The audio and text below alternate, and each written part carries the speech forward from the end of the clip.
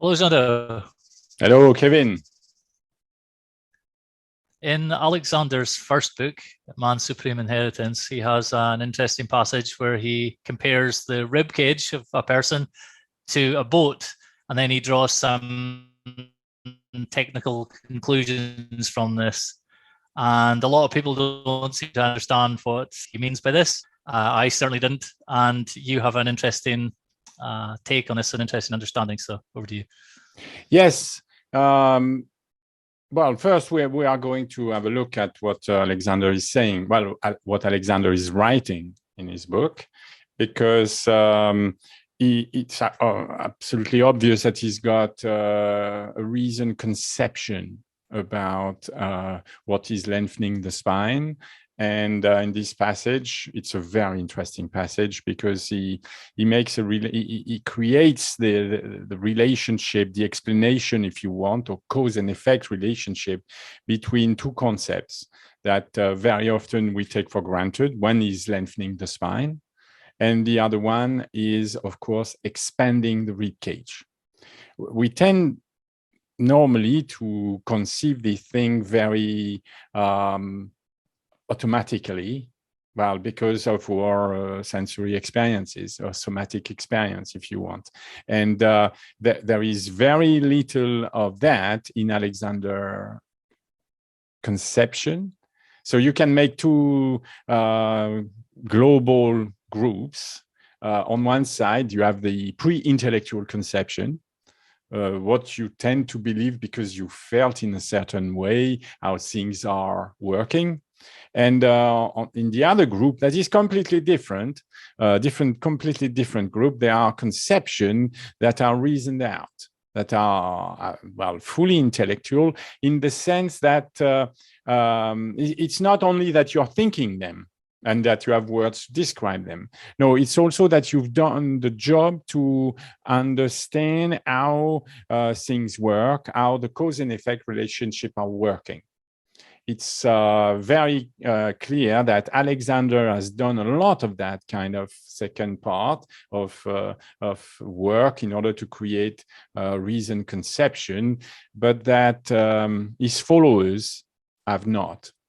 His followers have received an experience from him, and time and time again, certainly, I do not doubt that, but they have not constructed reason conception about the technical aspect of this re-education system that we call the Alexander technique. This is what I want to show here. And I want to show also that what is the kind of work we need to perform and to ensure in order to pass from a somatic conception to a reason conception. And this can be illustrated using Alexander Alexander paragraphs about the links between the increasing of the thoracic capacity and the lengthening of the spine.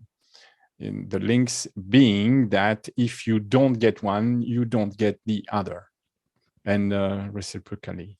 So let's go and let's see if I can show you the sentence to start with. That's it. So at first, I'm going to read the whole sentence, and you will see that it's quite intricate. And when that is done, I'm going to take it bit by bit so that we can make clarify what are the ideas in there.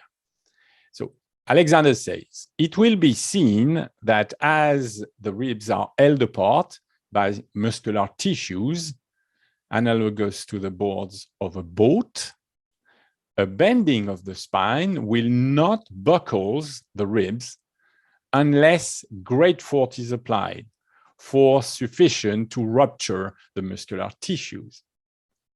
But it is equally evident that there must be some play in the ribs in order that they may adjust themselves to the new position.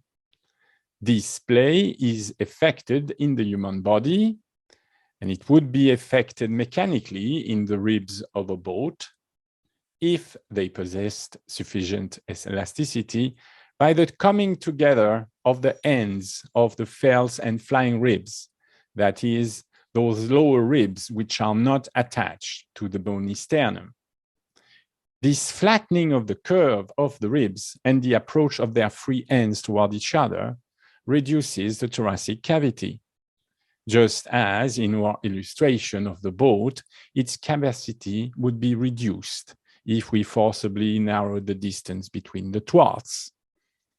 On the other hand, we see that by increasing the thoracic capacity and so increasing the distance between the ends of these ribs, we are applying a mechanical principle which by reverse action tends to straighten the spine.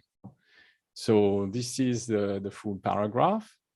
And so when I first came into contact with this, I was reading the book and whoa, it didn't register as evident, as simple. It did not at all correspond to what I could experience by myself, by feeling. I really didn't know what he was talking about. I started to read the sentence time and time again, and I could really make no headway. So what happens when we read something we cannot fully comprehend, we cannot fully engage into the reasoning? Most of the time we just leave it. It's something said by someone a long time ago, and the sentence is complex, and well, certainly this man must have some ideas, but I cannot make them my own. So I waited, and when I started my training course in England, of course, the training course was in English because it was in England. And I at first thought that my incapacity to understand the sentence was due also to the fact that English is not my first language, very clearly. And my knowledge of English is very shallow. So I had this impression that English people would grab the sentence immediately. And so during the training course, a few times, we went through the books every year. And as I continued to be an assistant teacher in this school for a few years, I could also participate in different reading of the book. And so this sentence came, well, a few times. And I realized, to my great surprise, that even for an English-speaking person for whom the English would be the first language, they had also some difficulties in understanding, because not because they said they did not understand the sentence, but rather because they could not explain it to me, and they wouldn't even try. They would evade the question. Teachers and students and third-year students alike would evade the question. You will understand when the experience is there for you. So you would understand the sentence by having the physical movement done to you by a teacher.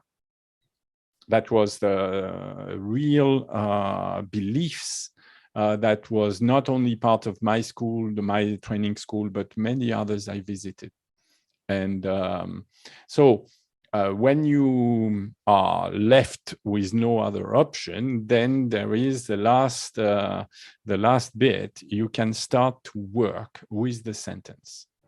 And to work with the sentence, well, I was greatly helped for that because I translated the books into French. And so, well, when you want to translate a sentence, it's better to understand what it's about. And when that is happening, then you need to engage into trying to represent what the writer is saying. Yeah. So let's have a look at this. Alexander starts with this comparison between the ribcage and the boat. And he says that the ribs are held apart by muscular tissues. So let's be clear. We know what he's talking about because he makes the reference of the keel, and the keel is the spine. So we have the spine. And then we have what he calls ribs. And so I have taken that image to show what we are talking about. So, and there is the free end of the ribs. So with the spine, when you think about it, you will, well, very quickly realize that the ribs are, of course, coordinated, that is articulated with the spine at the back. And the degree of freedom between the ribs and the back is known. So we know, I've already discussed that when the ribs are moving in one direction, which is either forward or backward, then the vertebrae that is articulated with that rib is going to go forward and backward. So what is the free end of the ribs? Well, there is still a movement that is possible where the vertebrae can be, in fact, non-moving, while the ribs is moving, is a movement where the other extremity of the ribs starts to move either up or down. So therefore, it's easy to, well, observe that Alexander is talking of the free end of the ribs as the ribs that are not, the part of the ribs that are not attached to the vertebrae. So at first, I was really surprised when I started to manipulate that sentence in my mind and trying to make some sort of intellectual experiment with it, because Alexander is saying that the ribs are held apart by muscular tissues. And well, my first reaction to that was well, misunderstanding or incomprehension, total incomprehension, because we are all aware that in between the ribs, there are muscles. We call them the intercostal muscles. And these intercostal muscles, at first, it's not obvious that they tend to hold the ribs apart. At first, if you see a muscle between two bones, here an intercostal muscle is a muscle between two ribs. If you see some muscle in between two ribs, your first idea that when the muscles are going to, well, be active and contract, they will tend to narrow the distance between the free end of the ribs. It's exactly the opposite of the description Alexander is giving. So then you're faced with a difficulty because the world of the writer is so different from yours that it makes very little sense. Yes? So you can continue to translate word by words, but you're not getting the sense of the sentence. And so that's where you need help. And there is help. I want to recommend to everybody, it's very, very easy to find. It's an article by a very interesting group of scientists. It's Detroyer and Kirkwood, okay? I think that despite the fact that the article is not that simple, I really think that my students should read that article. The one that can't find them can always send me an email and I will send them to you. It's called a respiratory action of the intercostal muscles. Yes. And Detroyer is explaining that for many centuries, the understanding of the intercostal muscles has been unclear, that nobody, well, there were many different conceptions of what the intercostal muscles were up to, but it's only recently in the new 21st century that we start to have a better understanding. And so with this better understanding, you will see how dumbfounded I would be, because suddenly Alexander started to make sense. With the old concept of the intercostal muscle action, narrowing the distance between the ribs, it made no sense, because he was saying just the opposite, that these muscles were holding ribs apart. So there are scientists that have made some very interesting remarks mechanical ones, and they showed that when we talk about the intercostal muscle, and especially when they are close to the spine, it is seen that the action of the intercostal muscle, that despite the fact that they are in between the ribs, it's a fact that the insertion of the muscle at the top is much closer to the non-moving end than the other one.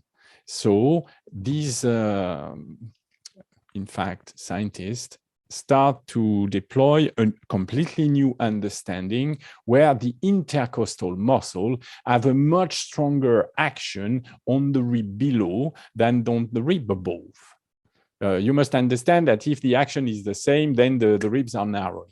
Now, if you have a free end of the ribs on the side of the sternum, it is shown on the diagram, unfortunately, that there is a strong connection between the ribs and the sternum. In fact, it's not exactly like this, because we know that between the free end of these ribs and the sternum, there are elastic cartilages, or cartilages that can deform. So the connection between the ribs and the sternum is not that well represented here. But you have to look at the back of the diagram. At the back of the diagram, you will see that when we are discussing the upper ribs, the intercostal muscle have a tendency to lift the ribs below. So you're lifting the ribs below, and you will discover that lifting the ribs below tend to expand the rib cage internal volume. You are lifting the rib cage cranially, that is, the rib cage is lifting, and the ribs are expanding to the sides because of, and so we have a mechanical effect that is tending to maintain the distance between the free end of the ribs, when you're breathing in. So this is a difficulty because Detroyer is only talking of the ribs in relation to breathing. He makes a mention that his paper is not complete because, of course, we know that the ribs are also involved, and the muscles in between the ribs are also involved in postural gestures, in postural responses. So the ribs have a dual goal. One is, of course, to breathe, but the other one is to help support the spine in some gestures. So it was quite interesting to realize that both at the top of the rib cage and the bottom of the rib cage, there are muscles which function is to, in fact, expand the ribs away from one another, lift the ribs above from the ribs below. And so that was quite interesting for me, but it still left me with the difficulty that, these ribs are held apart by muscular tissues, but if this is the case, they should prevent the bending of the spine. And that's what Alexander is going to discuss. But my experience is obviously completely different. I see around me, and I was the same before. What I see was that the bending of the spine really affects the position of the free end of the ribs in everybody. So what it means is that most people are using great force. They are applying great force. Sufficient to rupture the muscular tissue, I don't think so, but certainly sufficient to, in fact, contradict and, in a certain way, make the expanding of the rib impossible. And I want to show what this means. Just before that, let's have a look. He says, this flattening of the curve of the ribs, that is, we have the free end of the ribs that are close to the sternum, that are close to the front of the torso. And when we, in fact, narrow the distance between the free end of the ribs, Alexander is talking of a flattening of the curve. in his example, is mainly talking of the lower part of the rib cage. He does not talk about the upper part of the rib cage. He's talking about the ribs that are not connected directly with the sternum. Well, there is no rib that is connected directly with the sternum. Even the ribs, the superior ribs, are connected with the sternum with cartilages. They are simply shorter than the lowest ribs that are not connected with short cartilages, but with long ones. But there is no direct connection between the upper ribs either. I will come back to this in a minute. So in this illustration of the boat, the capacity, the internal capacity of the boat would be reduced if there was, of course, a narrowing of the distance between the ribs. Well, it's exactly what we see everywhere. We will see that we have a tendency, for example, to protrude the abdomen forward of the head. And when the abdomen is protruded forward of the head, it's absolutely clear that the capacity of the rib cage is reduced because the free end of the lowest ribs are the distance between the free end of the lower ribs is very small, very short. So that is one thing. And then Alexander explained a contraposal idea. He say, on the other hand, we see that by increasing the thoracic capacity, and so increasing the distance between the ends of these ribs, we are applying a mechanical principle which by reverse action tend to straighten the spine. But that sentence didn't make any sense because for the sentence to be correct, to be true to the facts, it's necessary to understand that it's not only an action to the lowest ribs that must be supplied, but an action on both extremities of the rib cage. It's absolutely obvious that if you start expanding the distance between the lowest ribs, understanding the force of habits and the force of the intercostal muscle, if you start pulling on one end, instead of lengthening the distance between the free end of the ribs, you're just going to rotate the whole rib cage. If you want the lowest ribs to start going away from each other, to increase the distance, you need a strong hold. You need a fulcrum, something to pull from. If you pull on a tissue on one side, and that tissue is really resisting, well, what will happen is that you're just going to move the tissue in space. Everything will come with it. In order to stretch a tissue, you must pull on both extremities. So there is no way to increase the thoracic capacity from one end only. On this diagram, so you see, we have the first diagram where, due to the coordination of movement of the upper torso and middle torso, there is a narrowing between the distance of the ribs. So you must understand that in this case, the action of the intercostal muscle is made impossible. The intercostal muscle have a mechanical advantage to expand the ribs away from one another. Well, at the moment, they are narrowing. You cannot narrow them more. So if you want to follow Alexander, and that was my discovery, I tried to lengthen the distance between the free end of the lowest ribs, and I noticed on film that any attempt to pull the lowest ribs backward, yes, relatively to the middle torso, was just moving the middle torso back and down. The middle torso was following. So it was necessary to increase the distance between the free end of the ribs, of the lower ribs. It was necessary to apply exactly the opposite movement to the upper ribs. I have some drawings. I will show you how this plays in reality. So these two images suddenly, were technically sound for me, but only for me. That's the difficulty of being alone in one field of well, nobody really is really interested in what I call the coordination of the movements. So I had no proof. And suddenly, if you read the famous article by Detroyer is really starting with the same conception that the rib cage is in three parts.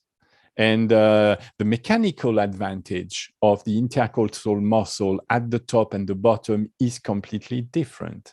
It's very interesting. You will read the paper, and I assure you, you need to be at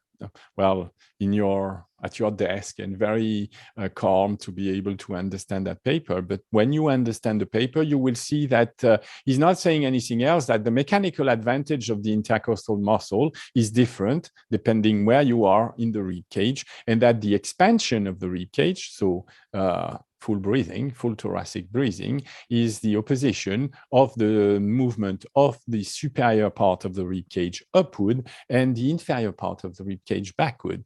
And then I was very close to the same conclusion. We see that by increasing the thoracic capacity, that is increasing the distance between the free end of the ribs, we are applying mechanical principle, which by reverse action tend to straighten the spine. It may not be absolutely clear for everybody what we mean by that, but I have taken an example. It's a counter example, so that you can start to understand what we are talking about. This example is also going to see that the first sentence, a bending of the spine will not buckle the ribs unless great force is applied. And most people have the idea that they are not applying great force to buckle their ribs. They are, especially if they are part of the modern Alexander technique group, where, it's the idea is to do as little, apply as little force as possible. The main idea is release. So I have taken again this film so that you can find it easily, the film by Miss Buller, a German teacher of the modern Alexander technique, where she explained the hip joint thinking in sitting. I have not taken the sitting gesture itself. I have taken another one. I have taken the coordination of movement to straighten up. So she has described how she would go into monkey using her concept of moving the hip joint, of locating mentally the hip joint, which is a strange thing to say, because she's not relating the hip joint to anything else. She's just thinking where the hip joints are. She's not really considering the movement of the hip joint relatively to the feet or relatively to the knees or relatively to any parts of the torso. But you will see that there is exactly what Alexander explained. Applying a lot of force can be done without feeling anything. So there is a little sequence. So the little sequence is like this. So we start with a person that is, of course, in bending. And from bending, the gesture is going to finish with the person standing. And so I was interested to see what the person was doing and what is the effect on the lowest ribs and what is the effect on the upper ribs. So the first thing you need to note, for example, is the direction of the movement of the middle torso. We are very interested with the middle torso because the lower torso is where the rib cage, the lower rib cage, is situated. So because Alexander made this example out of the distance between the free end of the lowest ribs, I thought it was interesting. So when we start, I made a vertical line, and we see that near the little toe, we can draw a line and we get to roughly, the lower part of the middle torso. And I wanted to show you that it's possible easily when using, of course, a fixed image of a film, that it's possible to exactly know what the person movement of the part is made of. So in this case, we see that I follow what she's doing. So she's going forward and upward with the middle torso in order to go from monkey to intermediate position toward the position upright. And when she continues to go forward, and she finishes even further forward. So the direction of the middle torso during the extension is, for the moment, clearly forward, and we end up even further forward. So that is a fact. We see that that person coordinates the movement of the middle torso forward and upward while going to stand. Now, you must ask yourself, what is the effect on the lowest ribs? Would that have a tendency to, in fact, narrow the distance between the free end or lengthen the distance? It's a question I ask myself, of course. And I noticed that, of course, we narrow the distance of the free end of the ribs when we protrude the abdomen. The protrusion of the abdomen is problematic, not only because it's shortening the spine. Remember, we are trying to follow Alexander's reasoning, which links the shortening of the spine with the reduction of the thoracic internal capacity. And in this case, we see that there is apparently the link that Alexander is talking about. We see the shortening of the spine, but we see also that the person is reducing the distance between the free end of the ribs. To expand the distance between the free end of the ribs, it would be necessary to maintain the middle torso where it is and to start moving the lower part of the middle torso backward. The expression back. We can imagine having the back, for example, relatively to the lower sternum. If you get the back and the lowest ribs backward relatively to the lower sternum, you're starting to lengthen the distance between the free end of the ribs. You're increasing the thoracic capacity. You are performing what Detroyer calls expanding the rib cage. So for Detroyer, it's an action to take an in breath, to breathe in. For Alexander, it is not. For Alexander, it is a postural movement.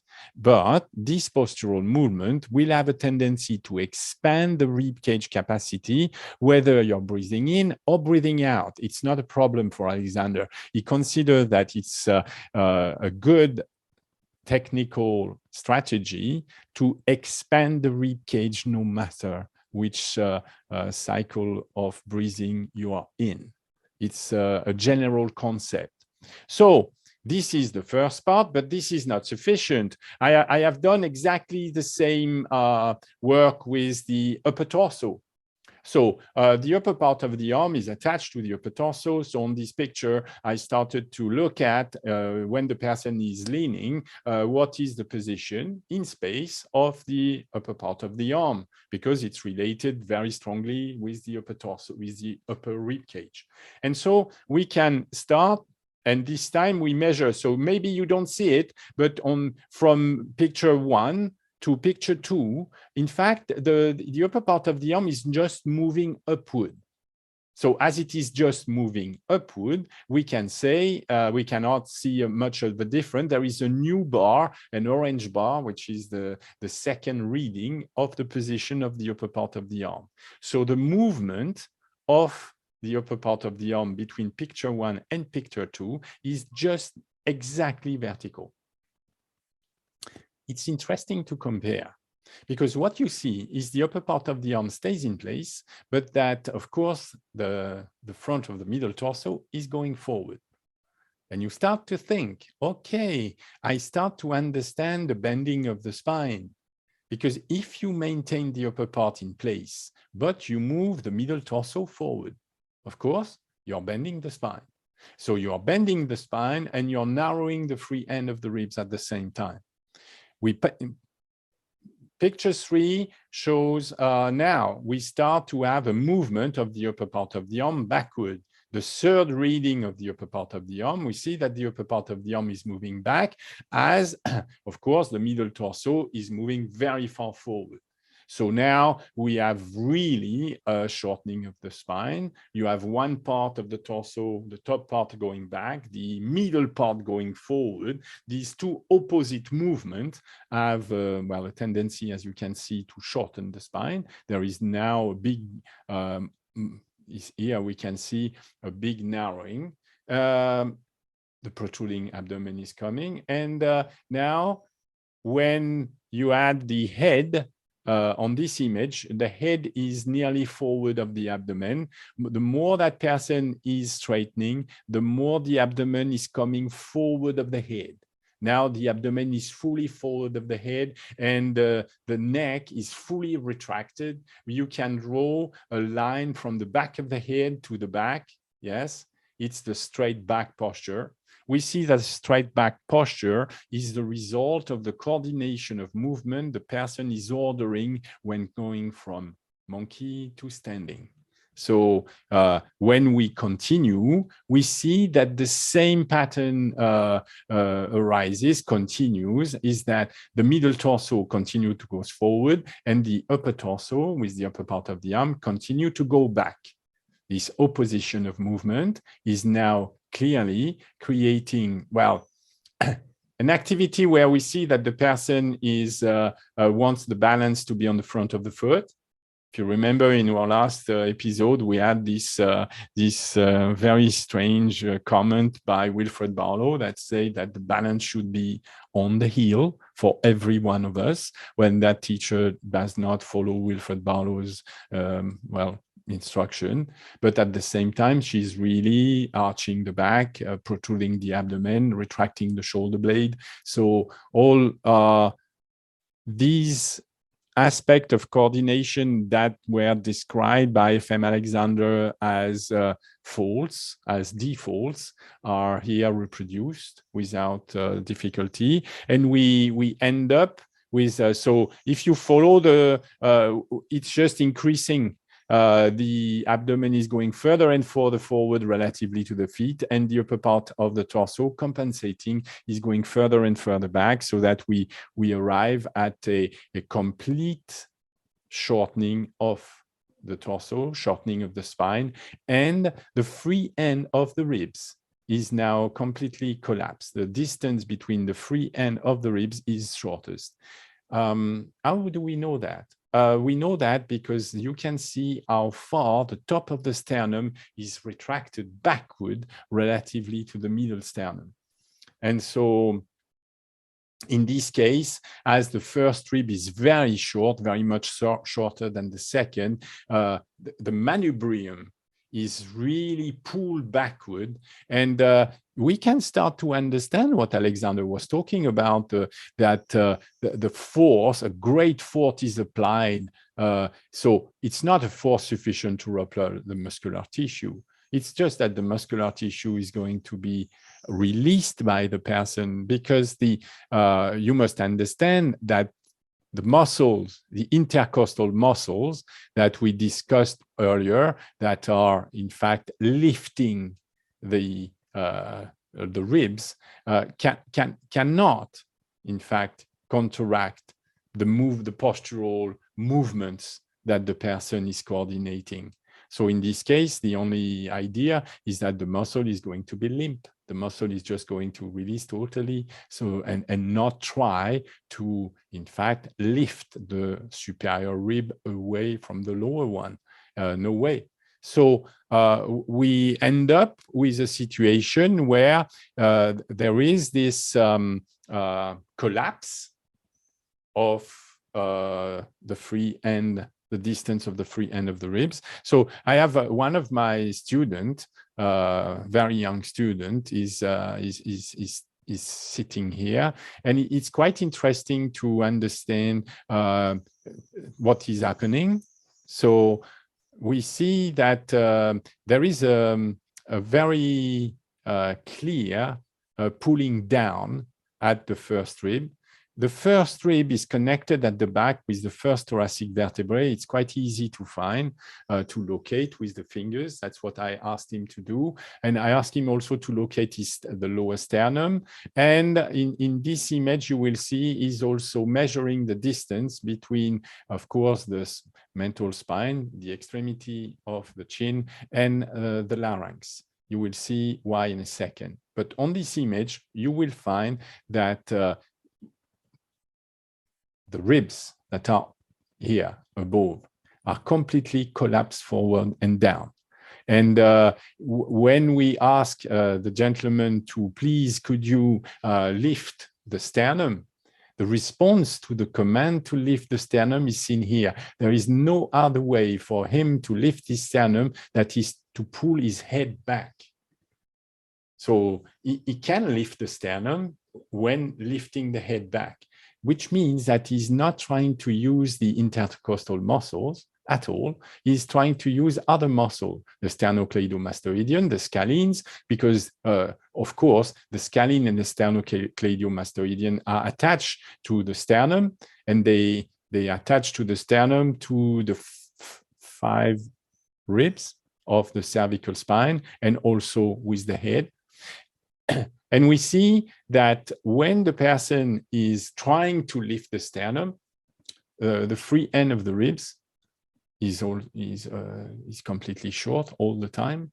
So this was an interesting idea, because at first I thought that just passing from a condition where the person has the middle torso forward, the upper torso back, the protruding abdomen, the shortened spine, which was the case of this gentleman, I thought that if we could have him rotate the rib cage, which is create a direction back for the lowest ribs, a direction forward and up for the upper torso, then we would have the solution.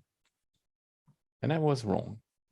That's very, very interesting to see that even if you start to reorganize the movement of the vertebrae so that you can lengthen the back and you can get the head very far forward and upward. So on this picture, you can see that the head is forward of the lower sternum. Yeah, but the condition of coordination is not complete, because we have a certain lengthening of the spine, but there are certainly not any expansion of the rib cage. If we wanted to have the expansion of the rib cage, it would be necessary to have a lifted sternum. It would be necessary to extend the distance between the free end of the ribs. So saying that lengthening the spine will lengthen the distance between the free end of the ribs is incorrect.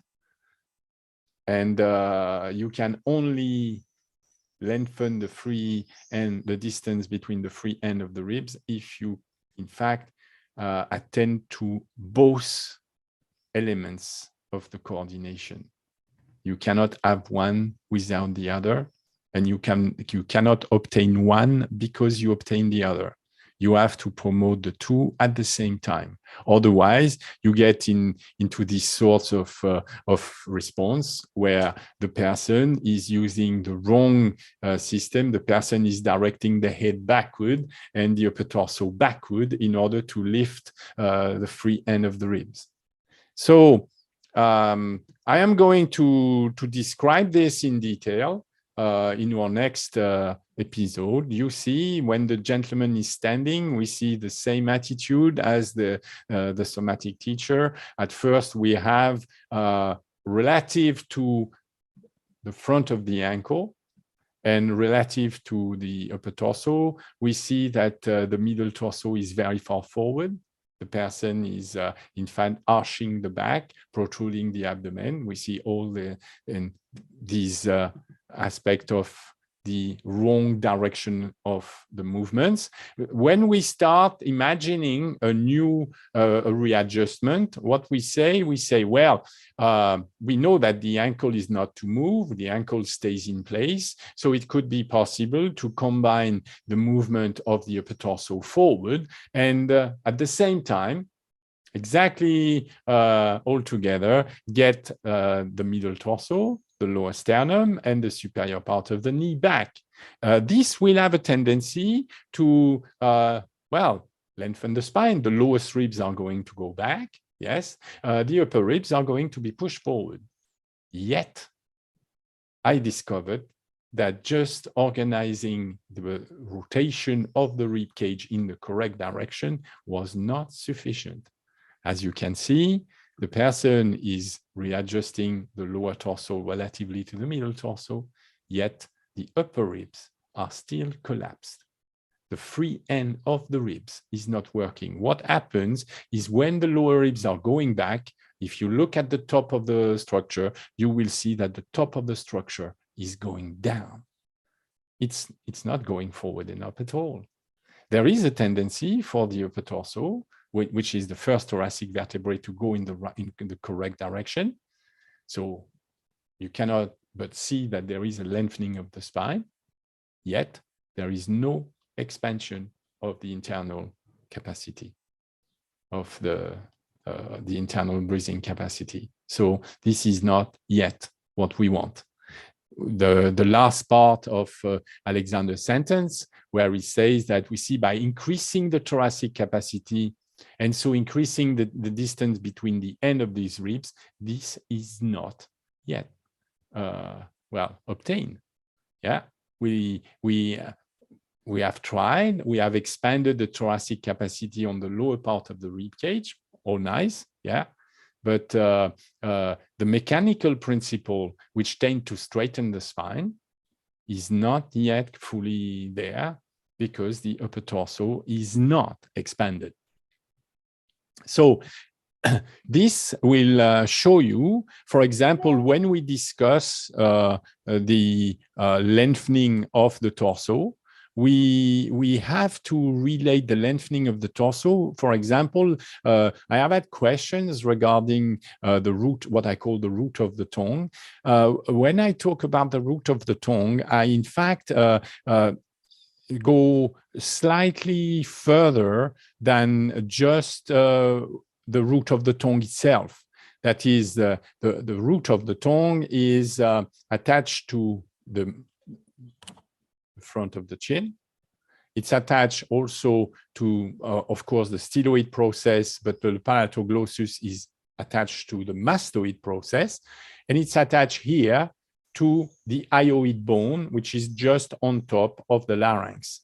But you must understand that there are other strong muscles that attach that same hyoid bone to the top of the sternum. And it's not represented here, but also to the first ribs, as well as attached to the shoulder blades. So when we are going to discuss widening the distance between the free end of the upper ribs relatively to the free end of the lower ribs, we are going to discuss a system of very strong muscles that we see here has been used improperly, has been totally shortened. We can see that in sitting, while just discussing with the teacher, there should be a position for breathing. And in fact, the sternum is the larynx is very far forward toward the chin, very close to the ear, which means that this young gentleman, well, is in a swallowing position. So the swallowing position of the larynx is closing the airways, and it's pulled down by the wrong organization of the movement of the upper ribs. So it will be necessary when we want to ask this gentleman to produce a new series of movement to readjust, well, the posture, to find out a way how to, well, increase the distance between the free end of the lower ribs. This is the first part. In the second part, we will see that, yes, it's possible to order movements of different anatomical landmarks on these parts so that the pupil can experiment what is conscious guidance regarding movements is never ever done before. And we'll explain in our next episode how a student can start using a new conception, a new technical conception of how the different parts of the mechanisms are moving, how they could be moving, how the person can suddenly generate completely new coordinations of movement and therefore obtain the new posture with the new conditions, which is the lengthening of the spine and the expanding of the thoracic capacity. So this is a good example of model-based reasoning. So Alexander has the analogy of the boat, and then it helps us to understand the mechanism of the ribcage better by comparing similar structure in the boat, as Alexander's pointed out. And it helps you, or it makes more sense of a phrase of Alexander's. He says somewhere about psychomechanical. So this is where you're applying psychological understanding, a model, to the mechanical movements, and they help you solve a movement problem. And you wouldn't really be able to, what you've just explained, you wouldn't really be able to do that without having the model of the boat in the same way. That's correct. In fact, we are supposed to teach a technique, and technicals means ideas and conception that leads to construction, correct construction. And I cannot teach a student to change the movement of different parts of the anatomical structure without giving that to the students and a sort of new understanding of how the parts are related, how they move relatively to one another, how we can think of movement not as themselves, but movements as relative to other movements. The point is not to know where your hip joints are.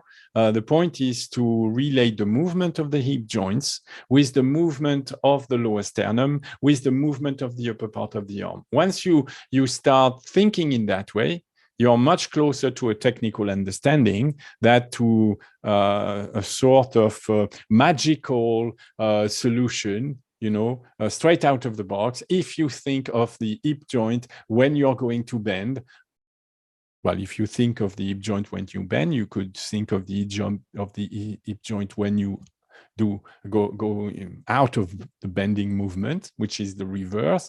And we see what the German teacher has done out of that.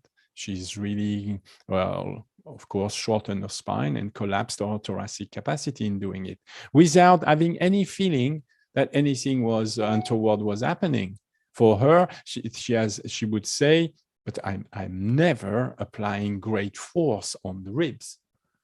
Well, she doesn't realize that in space, the weight of the middle torso thrown forward against the upper torso thrown back, well, creates massive forces against the free end of the front of the ribs. And but she has no idea that it's possible to generate loads of force without using muscle power directly.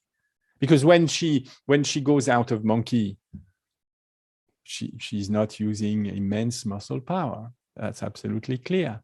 She's just using movements. It happened that these movements are collapsing the rib cage. And these movements are creating great force at the point of junction of the front of the ribs. But she cannot feel it. It's not the point to try and feel it. It's just the point to realize that, if we have a lever of the length of a rib that is rotating relative to the spine that is at the back, and I'm starting to get the upper rib cage backward and the lower rib cage forward, I am really pressing on the front of the rib cage. As long as she has not that schematic understanding, well, there is no way she can change her coordination of movements. So she's saying to think of the hip joint, but really what she means is, in reality, that's feel the hip joint. It's to direct your attention to the feeling or sensation that you imagine is in that area. and then to hope that that somehow does something. Whereas what you're saying is you need to understand the relationships between different parts. So the hip joint doesn't really exist on its own. Well, it doesn't in your body. You have the rest of the body, but also in your conceptual understanding, it has to not exist on its own. You have to the relationship between it and all the other parts, and then that's what you should be focusing on, changing those relationships rather than trying to feel one of the parts. Yeah. Yes, in the end, I do think likewise that when she's talking about the position of the hips, she's using his fingers and placing their fingers next to the pubis at the front and thinking that's the position of the hips. And it's a very strange concept. It's not related to anything else in the organization of the self in space. She has no difficulty throwing the hips forward when she's going from monkey to standing.